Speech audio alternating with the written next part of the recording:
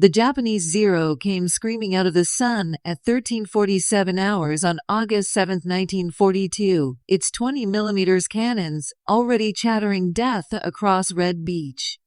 I threw myself face first into the black volcanic sand of Guadalcanal as bullets snapped overhead like angry wasps, the hot brass casings from my M1 Garand still smoking in my palm. Around me, Marines from the 1st Battalion, 5th Marine Regiment scrambled for whatever cover they could find as the enemy fighter pulled up for another strafing run. The acrid smell of cordite mixed with the jungle rot that would become our constant companion for the next 6 months. This wasn't how they'd told us it would go in the briefings aboard the USS Macaulay just 12 hours earlier. My name is Private First Class Robert Leckie, and I was there when America first went on the offensive against the Empire of Japan. What happened on that steaming, disease-ridden island changed the course of the Pacific War and cost us more than any of us could have imagined. The story really began 3 weeks earlier, on July 16, when our convoy of 89 ships departed Wellington, New Zealand. Admiral Richmond Kelly Turner commanded the amphibious task force, while Major General Alexander Vandegrift led us Marines of the 1st Marine Division. We'd been training in the miserable heat and rain of New Zealand for months, but nothing could have prepared us for what lay ahead.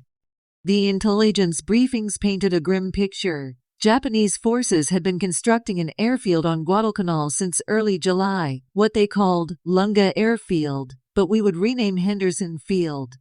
If completed, it would give enemy bombers the range to attack our supply lines to Australia and threaten the entire South Pacific. General Douglas MacArthur himself had called the Solomon Islands the key to the whole situation. As we sailed north through the Coral Sea, the mood among the men was a mixture of nervous excitement and grim determination. Most of us had never seen combat. The 1st Marine Division had been formed just over a year earlier, and while we'd trained hard, we were essentially green troops heading into our first major amphibious assault. The veterans among us, mostly old salts who'd served in Nicaragua or the Philippines, kept their counsel, but I could see the concern in their weathered faces. The plan was ambitious: simultaneous landings on Guadalcanal, Tulagi, and the smaller islands of WW2 and Tanambogo. My unit, Fox Company, 2nd Battalion, 5th Marines, would hit Red Beach on Guadalcanal's north coast at 0910 hours on August 7th. Our immediate objective was to secure the partially completed airfield and establish a defensive perimeter. The night before the landing, Sergeant John Basiloni, who would later become famous at the Battle for Henderson Field, gathered our squad around him on the troop transport. His Brooklyn accent cut through the humid air as he gave us final instructions. "Listen up, you knuckleheads," he said, his Thompson submachine gun cradled in his arms like a baby. "Tomorrow morning, we're gonna hit that beach and show these Japs what Marines can do. Stay low, move fast, and watch your six. The Nips are gonna throw everything they got at us." At 0600 hours on August 7th, we were awakened by the thunder of naval gunfire. The heavy cruisers USS Astoria, Quincy, and Vincennes, along with the light cruisers USS San Juan and Hobart, began their pre-landing bombardment. For 90 minutes, they poured shells into the jungle where Japanese positions were suspected to be located. The sound was deafening even from 10 miles offshore, a continuous rolling thunder that seemed to shake the very ocean. The first wave of landing craft hit Red Beach at exactly 0910 hours. I was in the third wave, my stomach churning from a combination of seasickness and pure terror as our Higgins boat approached the shoreline. The coxswain, a kid from Ohio named Jimmy Patterson, kept glancing nervously at the beach as Japanese mortar rounds began falling into the surf around us. 30 seconds, shouted Lieutenant Colonel William Maxwell, our battalion commander, from the bow of the boat. "Remember your training, Marines." The boat's ramp dropped with a splash, and I charged into chest-deep water, holding my rifle high above my head. The weight of my soaked pack and ammunition nearly pulled me under, but somehow I made it to the black sand of Red Beach. All around me, Marines were splashing ashore, their faces set in grim determination. To my surprise, the beach itself was largely undefended.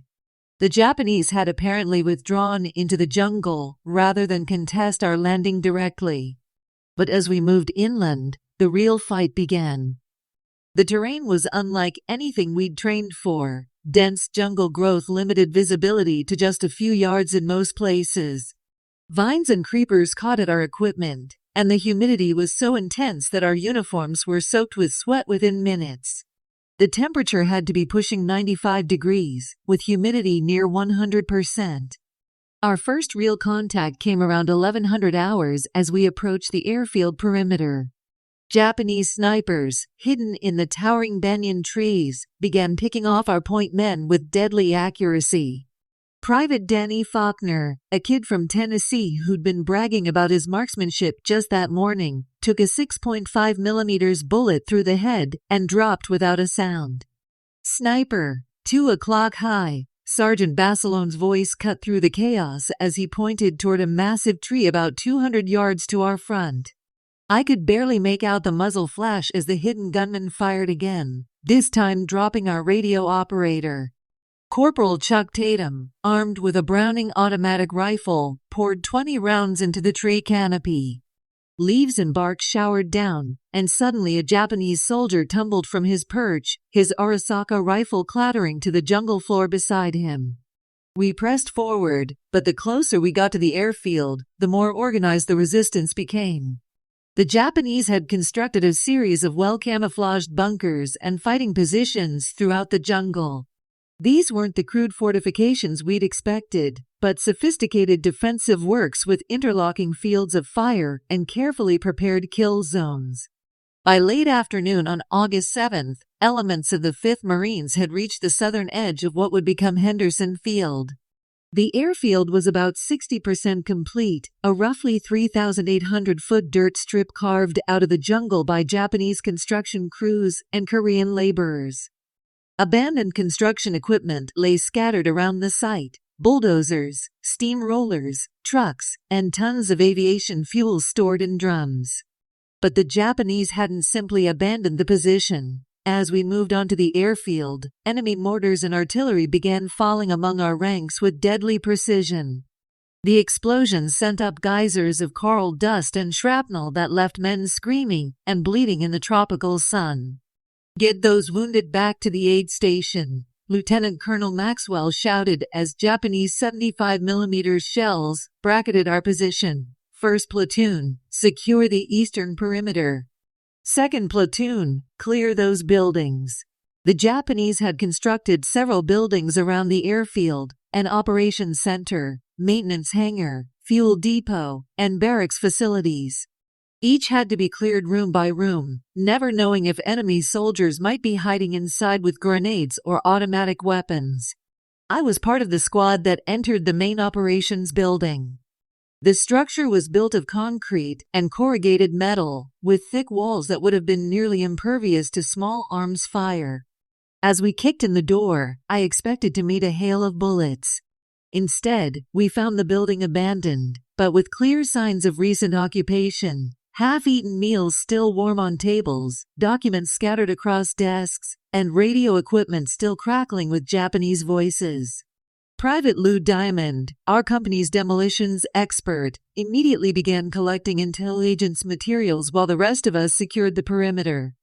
Among the documents were detailed maps of Japanese defensive positions throughout the Solomons, radio codes, and construction plans for airfields on other islands. This intelligence would prove invaluable in the coming months. By nightfall on August 7th, we had secured the airfield and established a rough defensive perimeter. But our troubles were just beginning. That first night on Guadalcanal was a nightmare of sound and terror. The Japanese launched their first serious counterattack at 2,130 hours, preceded by the most intense artillery barrage I'd ever experienced. Shells from hidden 150mm howitzers crashed into our positions every few seconds, the explosions lighting up the jungle like deadly fireworks. I was crouched in a hastily dug foxhole with Private Ray Gantner, a tough kid from Chicago who'd joined the Marines right after Pearl Harbor. Our position was on the southern edge of the perimeter, facing the jungle where we knew Japanese infantry would be massing for their assault. "You hear that?" Gantner whispered, pointing toward the tree line about 100 yards away. Through the cacophony of artillery fire, I could make out a rhythmic chanting in Japanese, hundreds of voices rising and falling in unison. "Banzai charge," I muttered, checking my rifle one more time. We'd been warned about this in training, Japanese infantry tactics that relied on mass frontal assaults designed to overwhelm defensive positions through sheer numbers and fanaticism. At 2,145 hours, the artillery fire lifted, and suddenly the jungle erupted with enemy soldiers. They came screaming across the open ground in waves, their bayonets gleaming in the muzzle flashes from our weapons. Many carried nothing but rifles and grenades, but their officers wielded curved samurai swords that glinted in the darkness. The sound was indescribable, hundreds of Japanese voices screaming, "Tenohika Banzai," mixed with the chatter of our machine guns and the crack of rifle fire. Tracers streaked back and forth across the killing ground like deadly fireworks. I fired 8 rounds from my Garand as fast as I could work the bolt, aiming at the muzzle flashes in the darkness. When the distinctive ping of an empty clip echoed from my rifle, I fumbled for a fresh one from my cartridge belt, my hands shaking with adrenaline. "Behind you," Gantner shouted, spinning to fire at a Japanese soldier who had somehow gotten through our line. The enemy trooper was less than 20 feet away, his bayonet-tipped rifle aimed directly at my chest. Gantner's M1 barked twice, and the Japanese soldier crumpled to the ground. The attack continued for nearly 2 hours, wave after wave of enemy infantry throwing themselves at our positions. Our machine gunners, positioned in key spots along the perimeter with water-cooled .30 caliber Brownings, cut down dozens of attackers, but still they kept coming. Sergeant Bassilone's position, about 50 yards to my left, became the focal point of the heaviest fighting. Armed with his trusty Thompson and backed by a crew-served machine gun, he held his section of the line against repeated assaults. At one point, I watched him leap from his foxhole to retrieve ammunition from a destroyed gun position, bullets snapping around him like angry bees. By midnight, the Japanese assault had been repulsed, leaving hundreds of bodies scattered across the open ground between the jungle and our perimeter. But we knew this was just the beginning. The next morning, August 8th, brought new challenges. While we'd successfully secured the airfield, Japanese naval forces were massing for a counterattack. At 1300 hours, 27 Mitsubishi G4M Betty bombers appeared over the field, escorted by 18 Zero fighters. We had no air cover. Admiral Frank Jack Fletcher had withdrawn his carriers the previous evening, leaving us without fighter protection.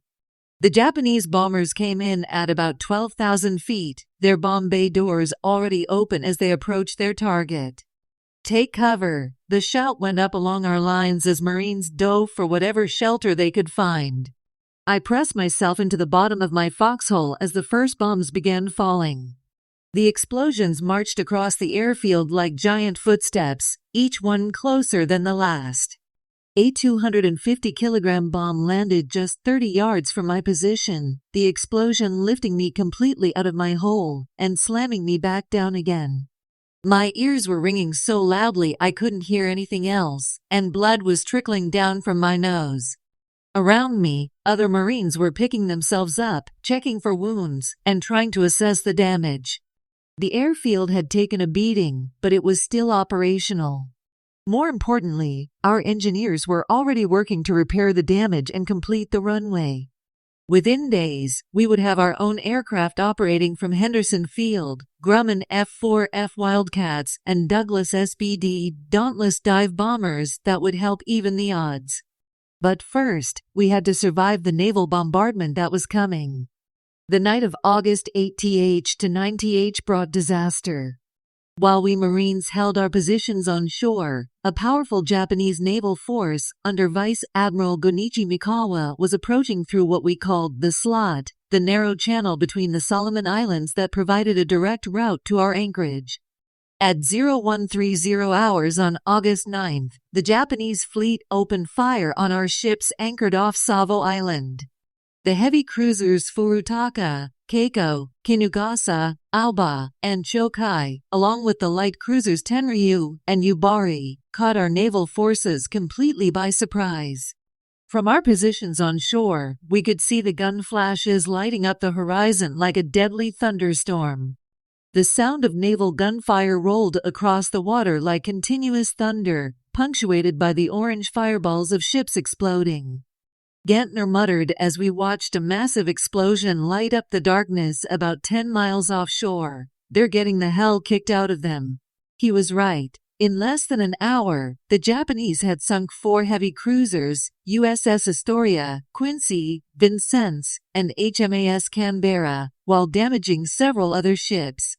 More than 1,000 Allied sailors died that night in what became known as the Battle of Savo Island. The defeat left us Marines stranded on Guadalcanal with limited supplies and no naval support. We were on our own. What followed was 6 months of the most brutal fighting in the Pacific War. The Japanese were determined to retake Henderson Field at any cost, while we were equally determined to hold it. The island became a meat grinder that consumed men, ships, and aircraft from both sides. Every few weeks, the Japanese would land reinforcements using fast cruisers and destroyers that made high-speed runs down the slot under cover of darkness. We called it the Tokyo Express, and it brought fresh troops, supplies, and heavy artillery to the Japanese forces building up in the jungle around our perimeter. Our own supplies came irregularly, when Navy ships could get through the gauntlet of enemy submarines and aircraft. Food was often in short supply, and we learned to make do with captured Japanese rice and whatever we could scavenge from the jungle. Malaria, dysentery, and jungle rot took a toll nearly as heavy as enemy action. The fighting was unlike anything American forces had experienced before. The Japanese didn't just defend positions, they launched continuous counterattacks, often at night, designed to wear down our strength and morale. Their tactics were based on the principle that death in battle was preferable to surrender, and they fought with a ferocity that shocked even veteran Marines. On the night of October 24th to 25th, the Japanese launched their most serious attempt to retake Henderson Field. Lieutenant General Harukichi Hyakutake had assembled nearly 20,000 troops for what he called the General Assault. The attack was coordinated with naval bombardments and air strikes designed to soften our defenses. I was part of the force defending what became known as Bloody Ridge, a series of low hills south of Henderson Field that dominated the approaches to the airfield. The Japanese had to take these positions if they hoped to recapture the runway. The battle began at 2,100 hours with the heaviest artillery barrage yet experienced on Guadalcanal. Japanese 150mm howitzers, hidden deep in the jungle, poured shells into our positions for over an hour. The explosions were so continuous that the ground seemed to vibrate constantly, and the noise was loud enough to rupture eardrums. When the barrage lifted, the Japanese infantry came forward in human waves. But this time we were ready for them. Our defensive positions had been strengthened with barbed wire, interlocking fields of fire, and carefully positioned machine guns. More importantly, we now had experienced troops who understood Japanese tactics. Sergeant Bassilone's section held the critical center of the line, his 2 machine gun teams positioned to create a devastating crossfire across the most likely avenue of approach. As the enemy infantry advanced, their voices rising in the familiar death chant, Bassilone's guns opened up with withering fire. I watched through my rifle's sights as wave after wave of Japanese soldiers charged across the open ground, only to be cut down by our machine guns. But they kept coming, climbing over the bodies of their fallen comrades, getting closer to our positions with each assault. Around midnight, a group of about 50 Japanese soldiers managed to break through our wire and get into hand-to-hand combat with Marines in the forward positions. The fighting was vicious, rifles, bayonets, grenades, and bare hands in the darkness. I saw one Marine, Private Johnny Rivers from Texas, grappling with a Japanese officer who was trying to cut him down with a samurai sword. Rivers managed to get his .45 pistol clear and put 3 rounds into the enemy soldier's chest. The battle continued until dawn, when the surviving Japanese finally withdrew into the jungle. The ground around our positions was carpeted with enemy dead, more than 600 bodies in our sector alone. But the cost to us had been heavy too, 43 Marines killed and over 200 wounded. Sergeant Basiloni was awarded the Medal of Honor for his actions that night. His citation read that he held his line against repeated and fanatical enemy attacks and contributed materially to the defeat of a determined enemy attack. He would be killed in action 2 years later during the invasion of Iwo Jima. By November 1942, the strategic situation was beginning to shift in our favor. Henderson Field was now fully operational, with a growing force of Marine and Navy aircraft that could challenge Japanese air superiority during daylight hours. Our pilots, flying F-4F Wildcats and SBD Dauntless dive bombers, began taking a heavy toll on Japanese shipping and aircraft. The decisive moment came during the Naval Battle of Guadalcanal on November 12th to 15th. 2 separate night actions resulted in the Japanese losing 2 battleships, 1 heavy cruiser, 3 destroyers, and 11 transports loaded with reinforcements and supplies. The Americans lost 2 light cruisers and 7 destroyers, but we had achieved our strategic objective, preventing the Japanese from reinforcing their garrison. From our positions around Henderson Field, we could see the wrecks of Japanese ships scattered throughout what we now called Iron Bottom Sound. The channel between Guadalcanal, Savo Island, and Florida Island had become a graveyard of warships from both sides, at least 50 vessels lying on the bottom in depths of up to 2,000 feet. The final Japanese attempt to retake the island came in January 1943, but by then their forces were weakened by months of attrition and supply shortages. On February 1st, the last Japanese troops were evacuated from Guadalcanal under cover of darkness, ending 6 months of the most brutal fighting in the Pacific War. When the campaign ended, we had achieved our strategic objective. Guadalcanal remained in American hands, Henderson Field continued to operate as a major air base, and the Japanese advance toward Australia had been permanently halted. But the cost had been enormous. American casualties totaled over 7,000 killed, wounded, and missing. The 1st Marine Division alone suffered more than 5,000 casualties, nearly half its original strength. Disease took an even heavier toll. Malaria, dysentery, fungal infections, and malnutrition affected virtually every man who served on the island. Japanese losses were even more severe. An estimated 14,000 soldiers died on Guadalcanal, most from disease and malnutrition rather than battle wounds. The Japanese also lost 600 aircraft and 24 warships, losses they could not easily replace as the war continued. But perhaps more important than the numbers was what Guadalcanal represented strategically. For the first time since Pearl Harbor, American forces had taken and held territory from the Japanese.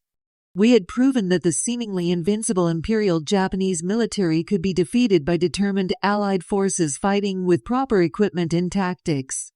The lessons learned on Guadalcanal, amphibious assault techniques, jungle warfare, close air support, and logistics in remote locations, would be applied in every subsequent Pacific campaign from Tarawa to Okinawa. The island became a laboratory where American forces learned how to fight and defeat the Japanese.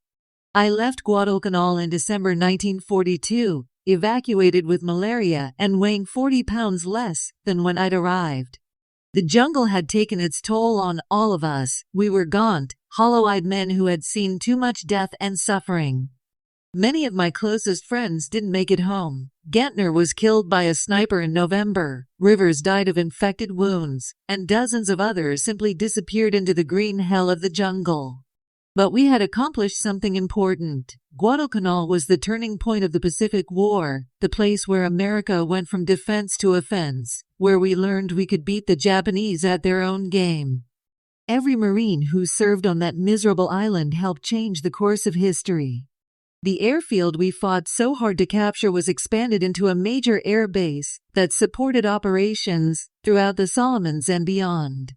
Henderson Field, named after Major Lofton Henderson, a Marine pilot killed at the Battle of Midway, became the springboard for the island-hopping campaign that would eventually bring American forces to the gates of Japan itself.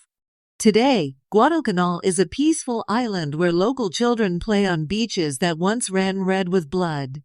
The jungle has reclaimed most of our old positions, and the wrecks and iron bottoms sound to become diving destinations for tourists.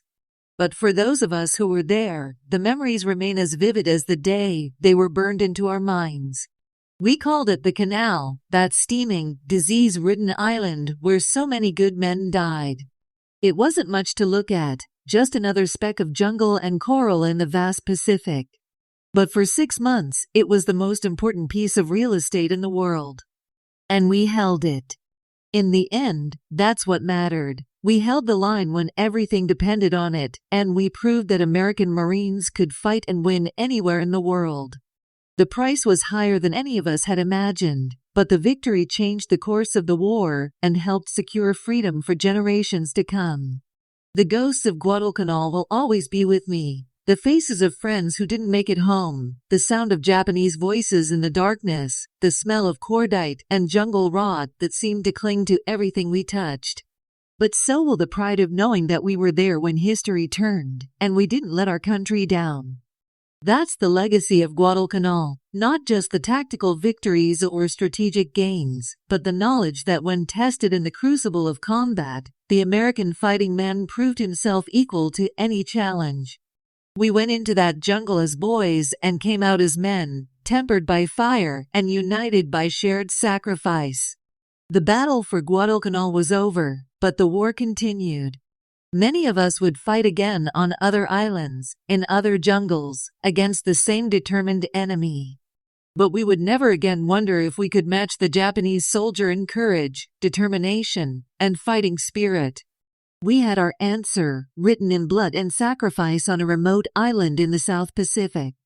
We could, and we did.